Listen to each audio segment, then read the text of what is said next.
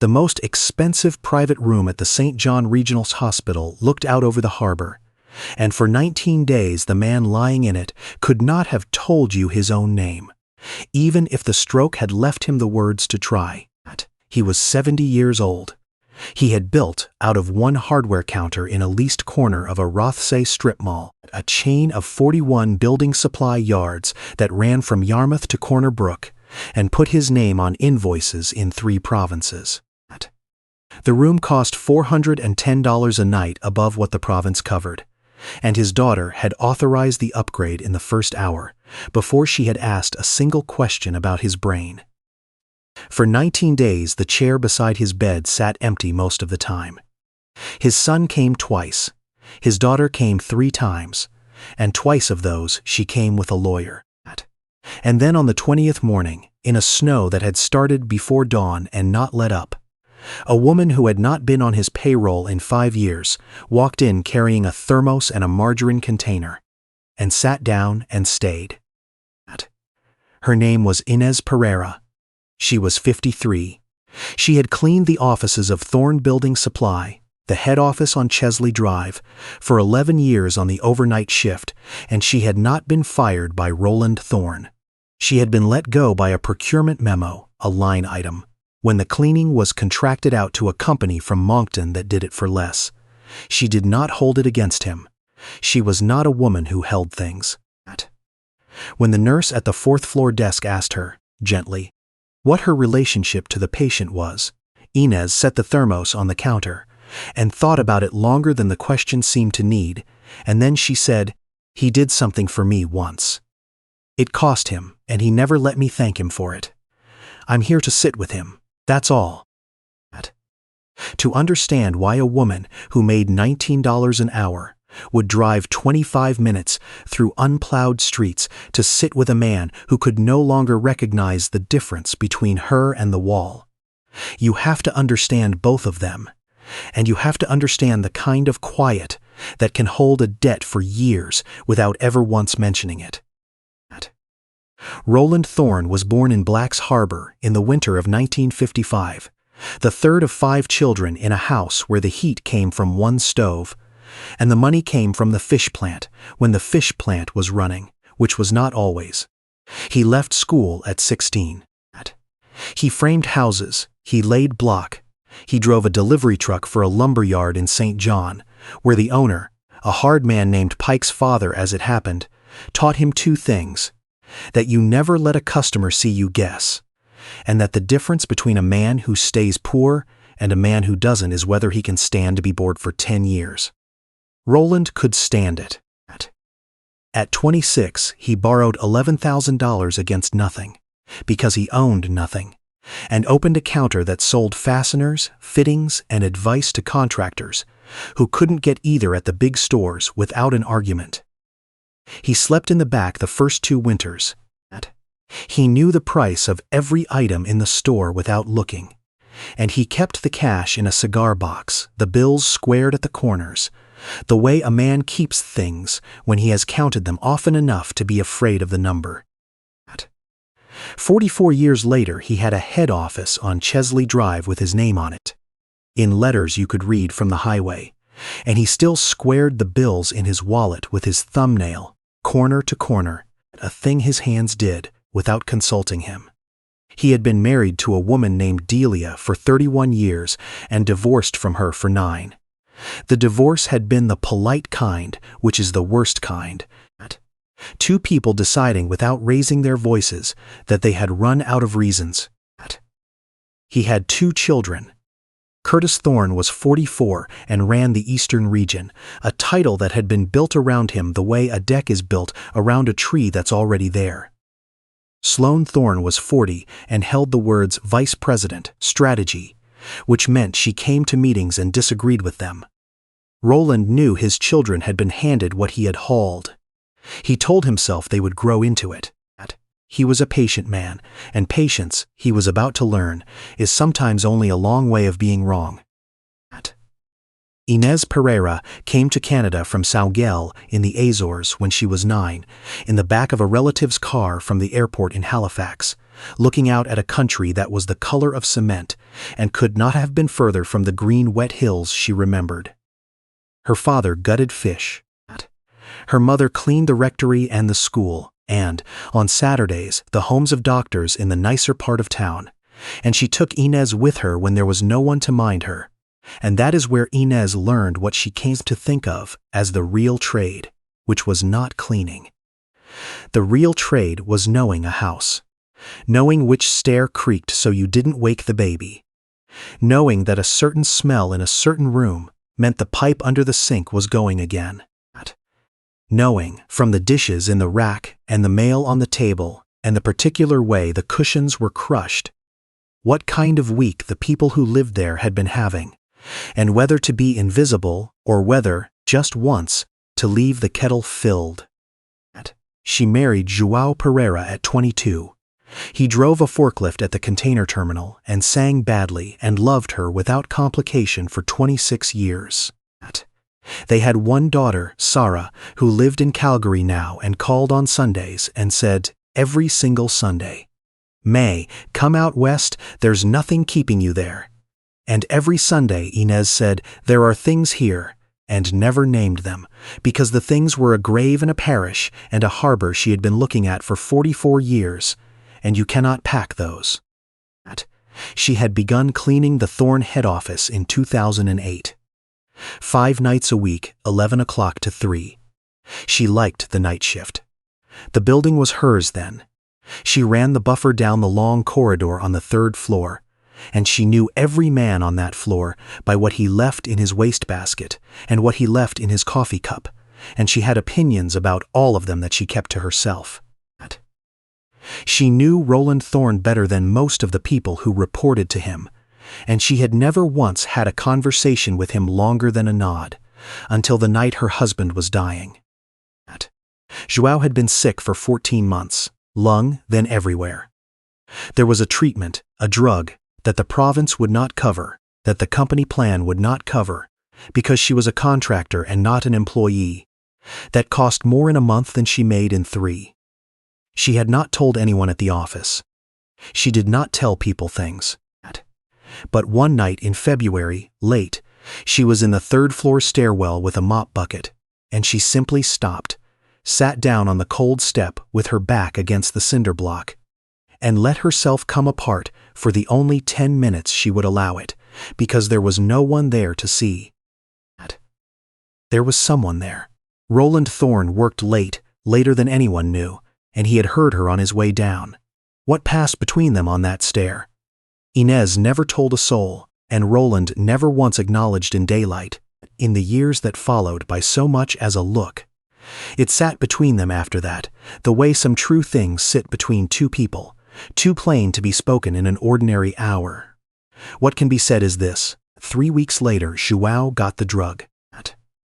The pharmacy told Inez that an anonymous arrangement had been made, that everything was handled, that she should ask no questions, and she was a woman who knew how to ask no questions. The drug did not save João.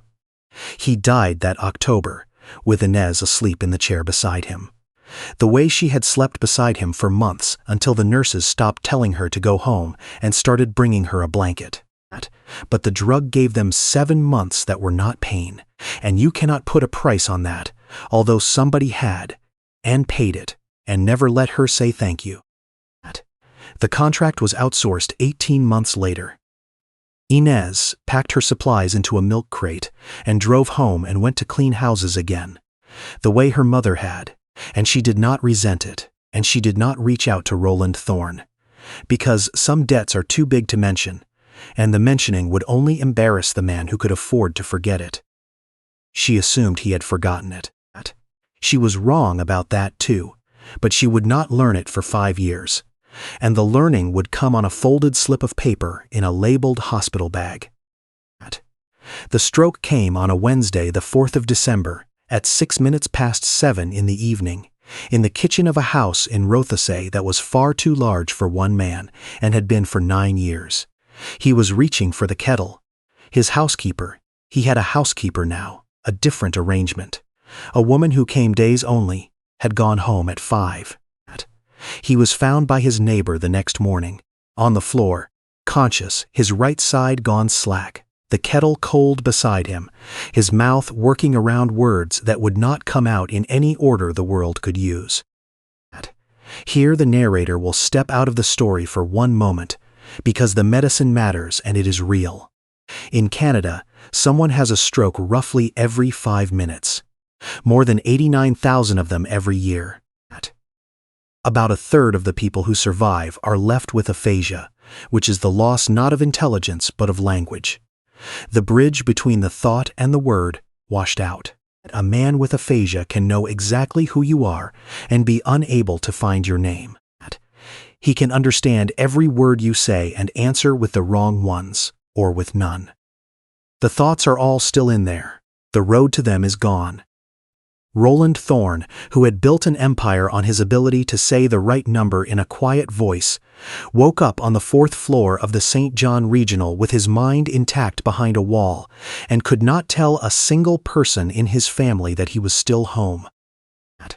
Curtis arrived first, 3 hours after the ambulance, because his sister had called him and he had finished a phone call before driving in.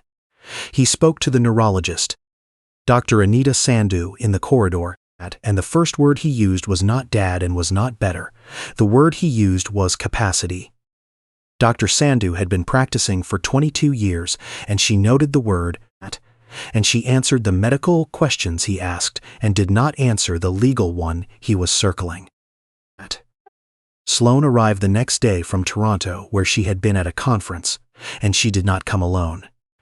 The man beside her wore a gray overcoat and carried a leather folder, and his name was Gordon Pike, and he was, by a coincidence, the city was small enough to allow, the son of the lumberyard owner, who had taught Roland the trade half a century before. Sloane went to the nursing station and asked about her father's competency and about signing authority before she asked which bed he was in. They stood at his bedside together, brother and sister, on the second day. Roland was awake. His eyes moved, his left hand lay on the blanket, and the fingers of it were squaring the hem, corner to corner, over and over, a thing they did now without him. Curtis said, "Dad, it's Curtis." Roland looked at him. He knew him. Anyone watching the eyes would have known he knew him. But he could not make the word son come, and what came instead was a sound, low and frustrated, and Curtis took the sound for absence and looked away. Sloane said nothing to her father at all. She looked at the monitors as if they were a balance sheet. In the hall, by the elevators, Sloane said, "If he can't sign, we move the holdings into the trust before the spring board meeting, or Pike says it gets complicated." Curtis said, "And the man himself?" Sloane pressed the button. "The man himself," she said, "is being well looked after."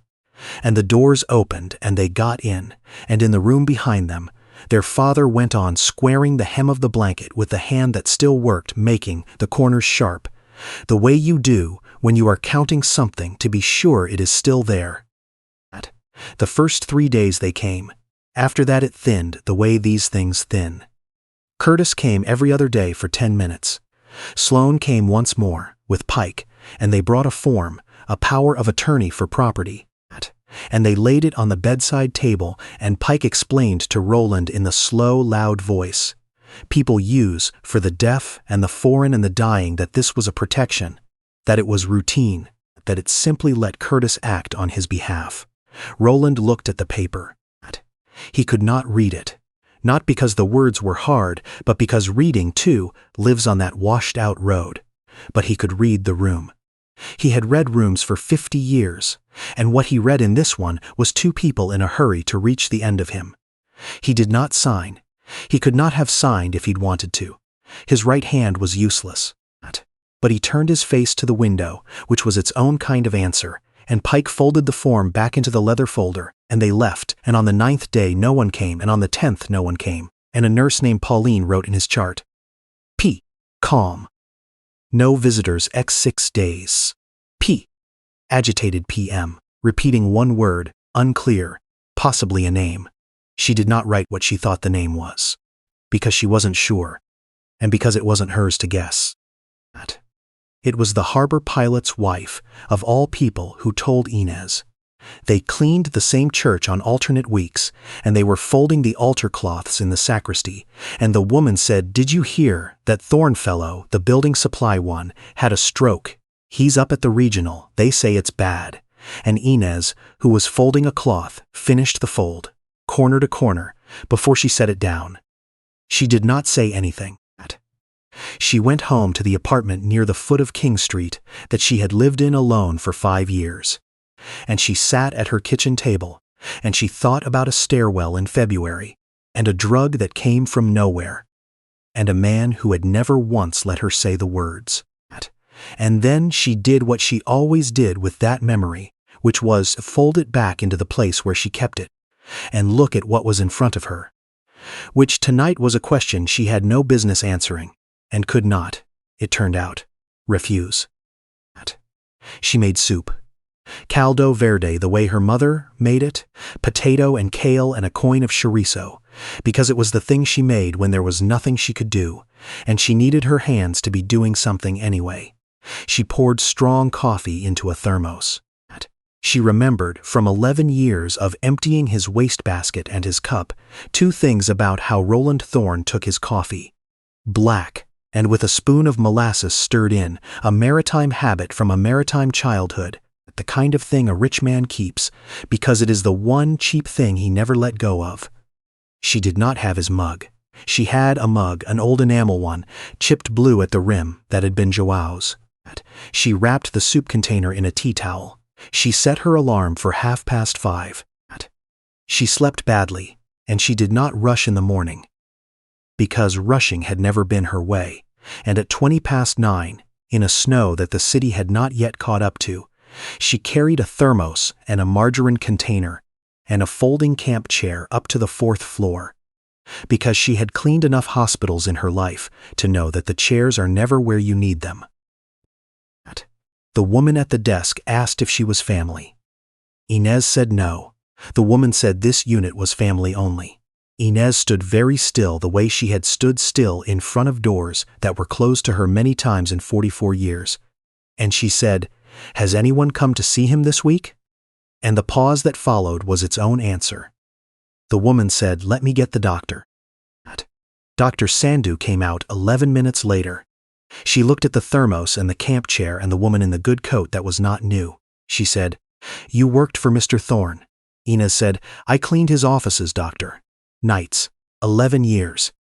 Dr. Sandhu said, "How well did you know him?" And Inez said, "I knew he took his coffee with molasses. I knew he stayed later than anyone and never let on. I knew which of his managers he trusted by whether their proposals came back with 1 line crossed out or 20. I knew he squared his dollar bills at the corners. I knew he could not stand to be thanked. I emptied that man's wastebasket for 11 years, doctor, and you learn a person from what they throw away." Dr. Sandhu was quiet a moment. Then she said, "That is a great deal more than his children have given me in 3 weeks." And she signed Inez in and walked her down the corridor and opened the door. He was sitting up looking at the window, at the white nothing of the snow.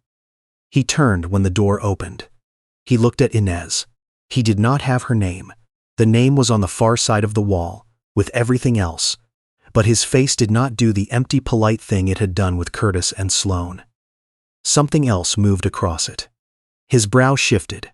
His head tipped a degree, the way a man tips toward a sound he can't place, but has heard before. He looked at her the way you look at a song coming from another room. Inez did not say, "Do you remember me?" She did not introduce herself. She set the camp chair down by the window where the chair should have been all along. She sat. She unwrapped the soup and set it on the rolling table and uncapped it, and the smell of it filled that expensive sterile room. Potato and greens and a little smoke. He looked at it. His good hand stopped squaring the blanket. She did not offer to feed him, and she did not ask if he wanted it, and she did not watch him while he managed, with the slow clumsiness of the left hand, to lift the spoon. She looked out the window at the storm and let him be a man eating soup and not a patient being fed. When he had finished what he could, she capped the container and folded the tea towel and stood. "I'll come back tomorrow," she said. And she did. When she had gone, Roland Thorne pressed the call button with his left hand, which took him some time. Pauline came. He could not tell her what he wanted, but he looked at the empty chair and he looked at the door and he got out in pieces with great labor around the wall, 3 words that did not go together in any grammar but that Pauline understood completely. Knew how. Eat. She wrote it in the chart. She underlined it. Then she sat at her station for a minute before she went on to the next room. The next day Inez brought the coffee in the thermos and poured it into the chipped blue enamel mug and stirred in a spoon of molasses she'd brought in a film canister and set it in his good hand. His fingers closed around it, and then his whole hand moved, wrapped the body of the mug, turned it once, slow, the way a hand turns a thing it has held before, and his thumb found the chip at the rim and rested there, and something in his shoulders came down an inch. He drank. He did not speak. She sat by the window and was quiet, and being quiet near him was a thing she had done for 11 years on the 3rd floor at 2 in the morning, and she was good at it. On the 4th day she began to talk, not about the company, not about money, not about his children. She talked about small things. You used to leave the radio on the CBC in the corner office, she said, low, all night, even when you weren't there. The cleaners thought you forgot. You didn't forget. I think you didn't like coming into a room that was all the way silent. He was looking at the window. Then he turned his head and made a sound, and his good hand lifted off the blanket an inch, and she did not lean forward, and she did not say you remember. She only nodded once and let it sit, and went on. You kept a carpenter's pencil in your top drawer, she said. The flat kind, sharpened with a knife, not a sharpener. A man who runs 41 stores and still sharpens a flat pencil with a knife. I always wondered about that. And his eyes, when she looked, were wet. And she looked back out at the snow and gave him the dignity of not having seen it. On the 6th day, Dr. Sandhu stopped her in the corridor. He's doing something with his hand, she said. Squaring things. Paper, the blanket, the corner of anything flat. He doesn't seem to know he's doing it. Inez said, he's counted money like that his whole life, corner to corner. And Dr. Sandhu nodded, slowly, and said a thing Inez never forgot. The language is gone, but the body remembers what the mind can't reach. We call it procedural memory. It lives in a different part of the brain than words and names, the part that lets you ride a bicycle 30 years later, or find a light switch in the dark. His hands still know how to square a bill. He can't tell you his daughter's name, but his hands know who he is. She paused. What you're doing in there, the soup, the coffee, the mug, the radio, talking to him about the pencil, that isn't visiting. That's treatment. His brain needs the right cues to find the road again. Familiar smells, familiar voices, routine. You're giving him a map. On the 8th day, Inez brought a small radio and set it to the CBC, low, in the corner. And Roland closed his eyes and turned his face toward it the way a plant turns, not deciding, just built that way. And the storm outside threw itself against the glass, and for a while the room was a 3rd-floor corridor at 2 in the morning, and both of them knew it. Stay with this, because what happened on the 9th day was not luck. On the 9th day, Curtis called the floor for the first time in 11 days. Pauline answered. She gave him the update, stable, communicative in fragments, cognition strong. And then she said, because she was a kind woman and did not know what she was setting off, his regular visitor is here now, if you'd like me to pass on a message. There was a silence on the line, not a pause. The kind of silence a person makes when the furniture of their understanding has to be moved before they can speak. What regular visitor? Curtis said. 40 minutes later, Curtis and Sloane came off the elevator together, fast, the walk of people with somewhere specific to be and something specific to stop at. And they came around the corner and found Inez coming out of the room with the empty soup container in one hand and the camp chair under her arm. Curtis knew her face, recognized her the way people recognize the help, quickly from above, without quite landing on a name. Sloane did not bother to soften it. "What are you doing here?" she said. "Visiting," Inez said. "You don't work for us," Sloane said. "You haven't for years." "I was never let go by your father," Inez said, "and I'm not here for work." Curtis tried the reasonable voice, the one he used on suppliers.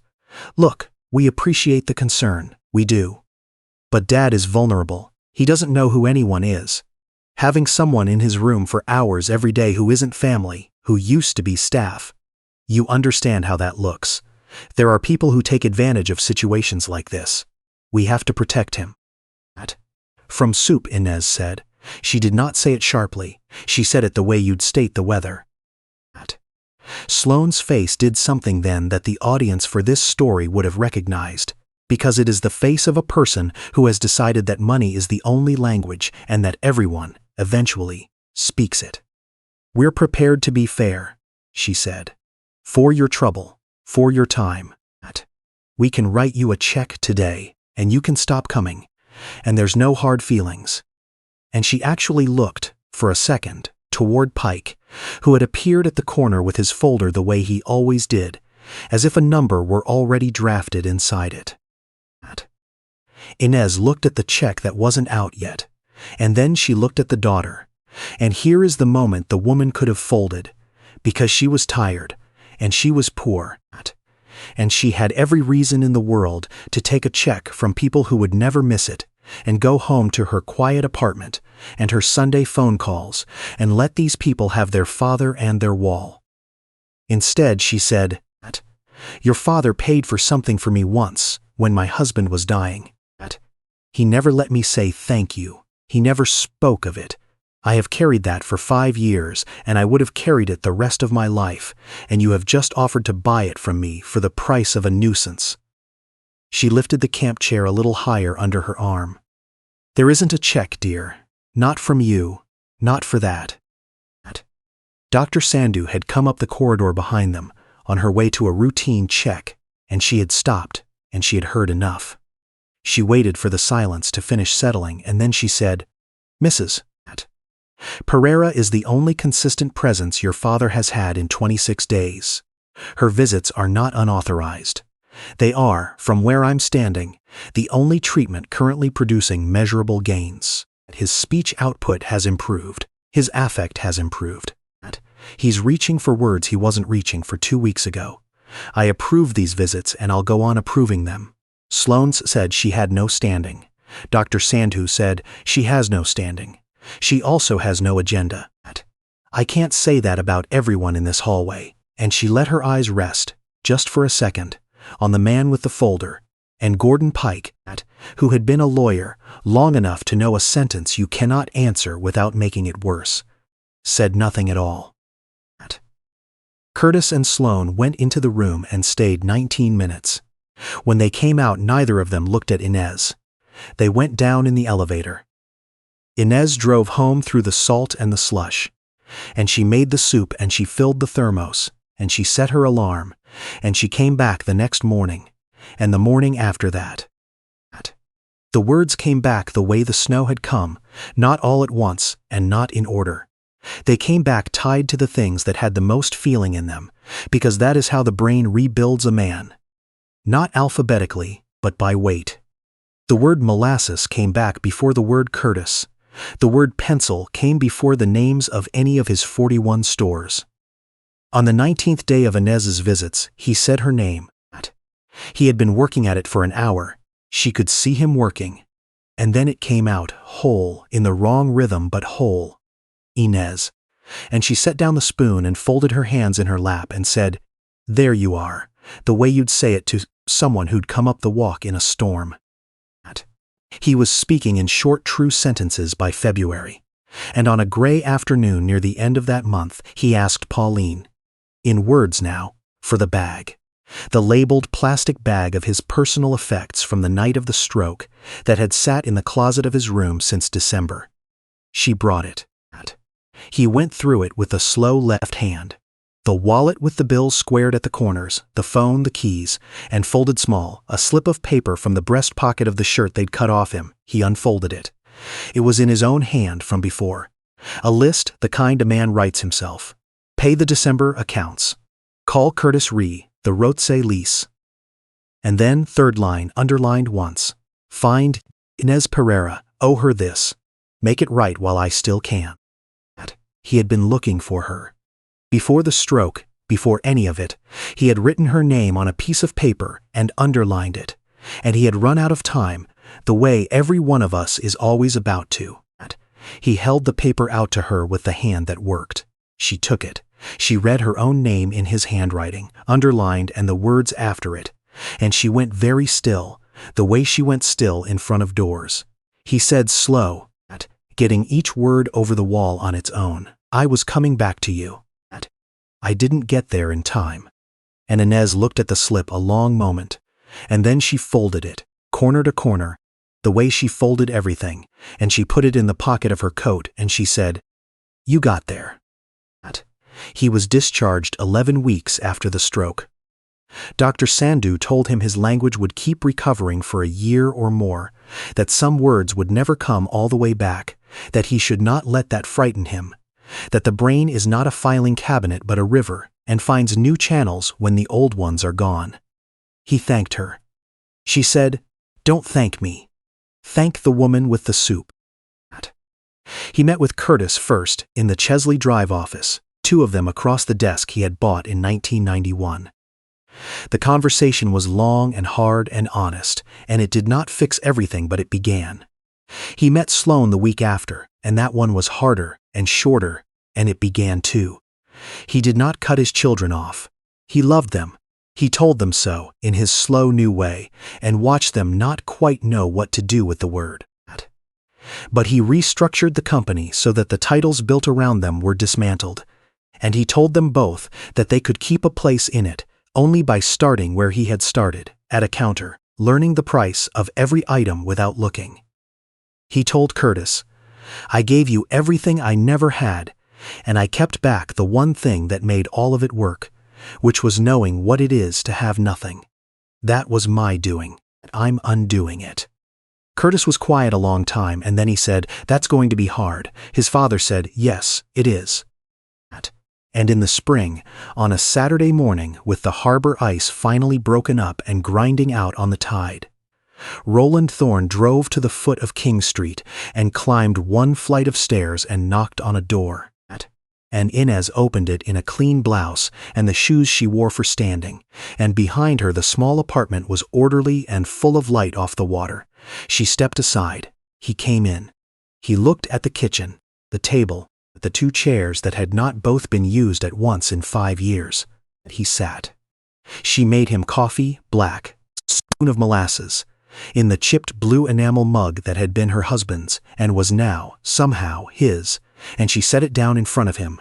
And she sat across, and they did not talk for a while, the way they had not talked on the 3rd floor at 2 in the morning, and the silence was a full thing and not an empty one.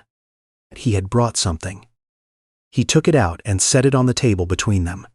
A folded page, a foundation charter, drawn up by a lawyer who was not Gordon Pike.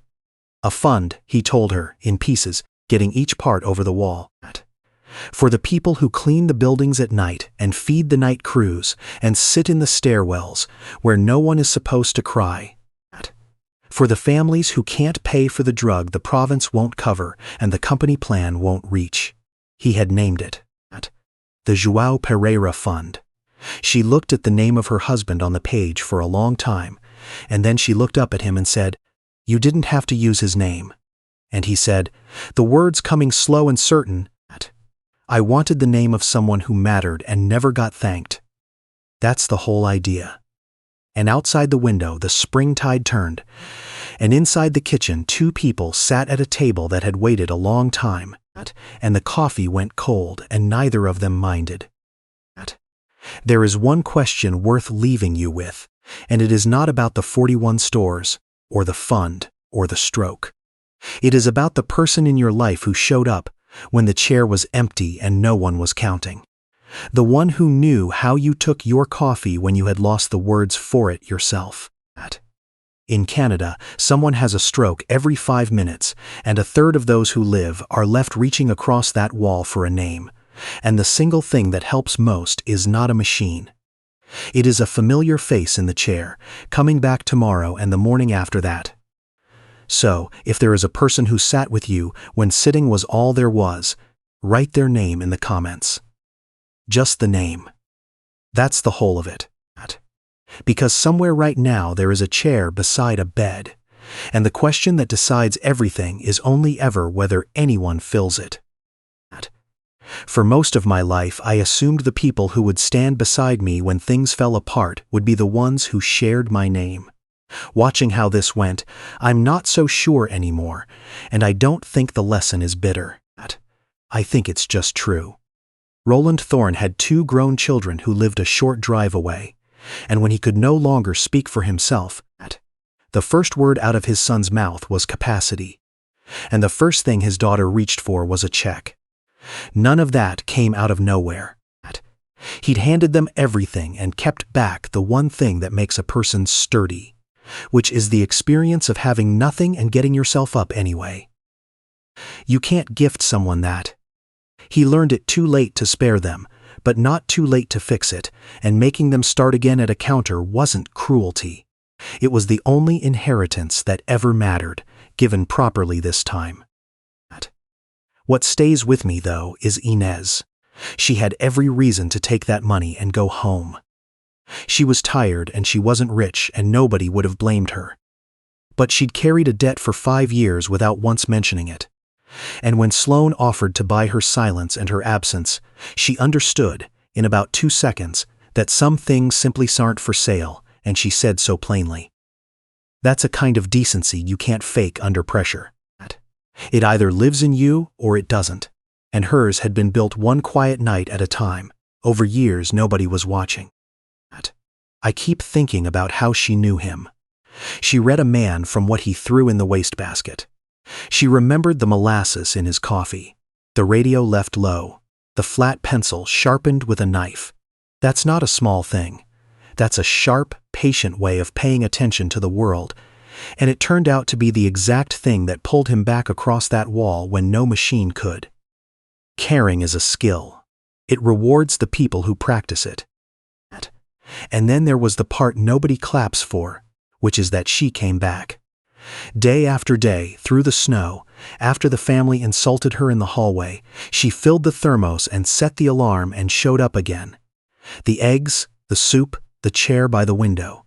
Showing up when it's boring and unrewarded and no one is keeping score is its own quiet strength, and in the end it was the whole story.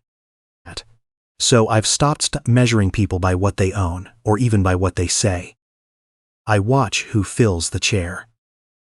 Roland wrote her name on a slip of paper and underlined it before any of this happened. He was already coming back to her. The accident only made the rest of us see what he'd already decided. The ones who matter are the ones who show up, and keep showing up, long after it stops being convenient.